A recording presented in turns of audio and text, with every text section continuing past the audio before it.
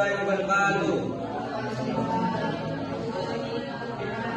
Baik, diri kami di sini kami akan menjelaskan materi hukum permintaan.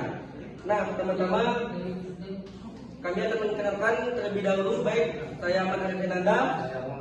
Nah, materi pertama dijelaskan oleh saya tentang definisi permintaan.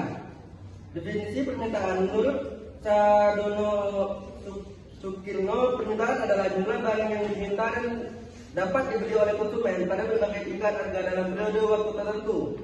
Nah, kalau bentuk-bentuk permintaan dibagi menjadi dua, yaitu permintaan individu. Permintaan individu adalah jumlah barang atau jasa yang ingin mampu dibeli satu orang konsumen pada berbagai tingkat harga dalam suatu periode waktu tertentu. Yang kedua, permintaan pasar.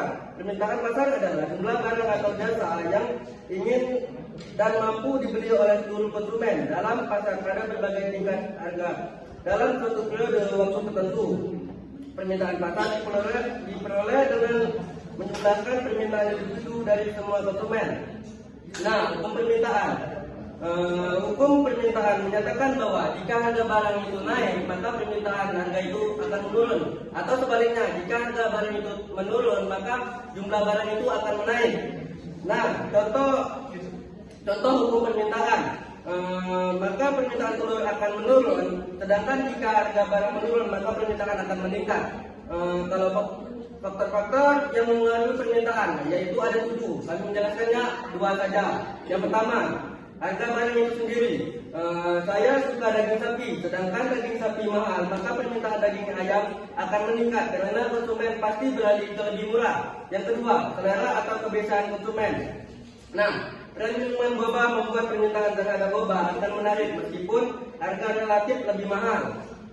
Jadi selanjutnya akan dijelaskan teman saya, Yusuf. Oke, teman-teman, lanjut. Kita akan masuk ke bagaimana cara menghitung permintaan. Oke, di sini ada rumusnya yaitu view. Maaf ya, tulisannya jelek, emang agak jelek tulisan saya, memang jelek. View aduh, baru dulu. View, tulis tulisan jelek. Dapat gini, dapat view D sama dengan A dikurang A kecil terus, ya, A kecil dikurang B, ya, P. Oke, ini dia rumusnya. Jadi kalau untuk permintaan ini dia, kalau penawaran dia pakainya QS. Ada yang tahu QD itu apa? QD itu jumlah barang yang diminta, A harga barang per unit, maaf sebelumnya, P maksudnya P harga barangnya, A-nya spek atau nomor standar, B-nya itu koefisien. Lanjut, di sini ada contoh soal.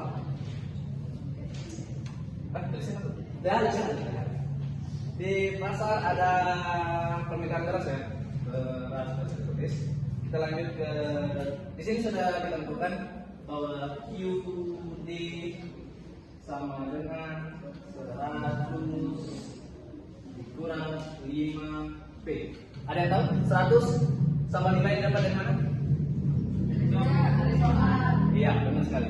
Di soal tentunya sudah disediakan ini ya. Jadi kita tuh tinggal menambahkan ini P-nya. Jadi kita langsung hitung saja.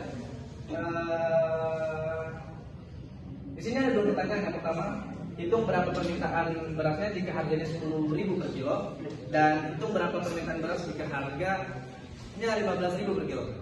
Jadi dari harga 10.000 ke 15 itu naik apa turun, teman-teman? Naik, iya, benar sekali.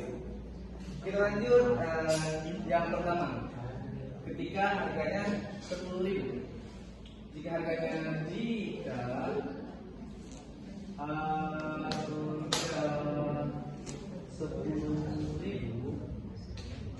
maka P-nya itu 10 berarti ya. Di sini makanya P-nya itu 10.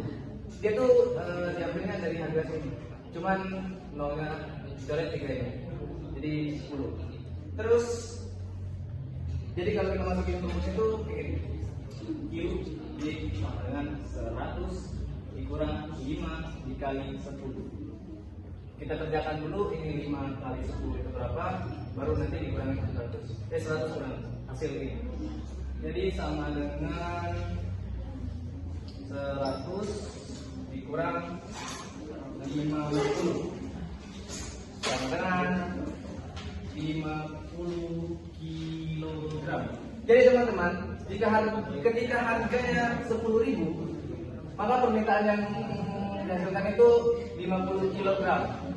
Nah, lanjut kita hitung jika harganya 15. Kedua, jika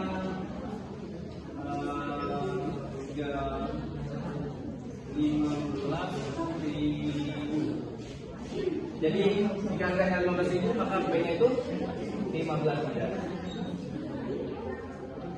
Lanjut kita masukkan rumusnya.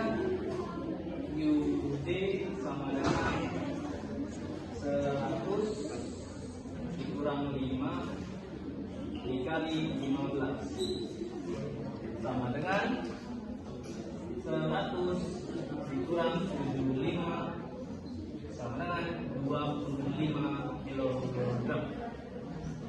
Jadi teman-teman bisa kita simpulkan di sini, ketika harganya itu 10.000, permintaannya itu 50 kilogram ya. Dan ketika harganya meningkat, permintaannya itu turun dari 25. Jadi hal ini membuktikan bahwasanya ketika harga suatu barang itu mengalami peningkatan, maka permintaan juga akan menurun. Begitu pula sebaliknya, jika harganya itu menurun, maka permintaannya akan meningkat. Lanjut kita buat kurvanya. Di sini ketika harganya itu di sini P ini price ya, harga. Q ini di sini Q quantity atau jumlahnya.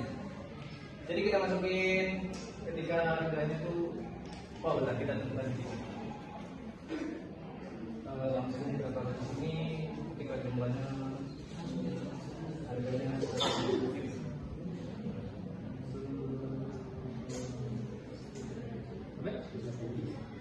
Dulu di sini 15. Kuantitinya 50, 25.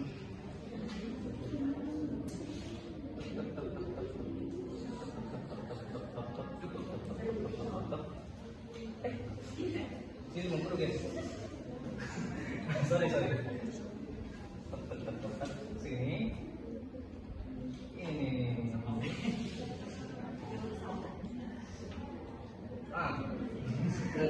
Ini ya, kurang. Nah, ketika harganya 10.000, dia tuh jumlah permintaannya di sini 50 ya. Dan ketika harganya berada di 10.000, ketika harganya 15, permintaannya di 25. Ini ada simpel sebenarnya. Udah, Setelah kami akan tutup penjelasan kami di sini. Wassalamualaikum warahmatullahi wabarakatuh. Masih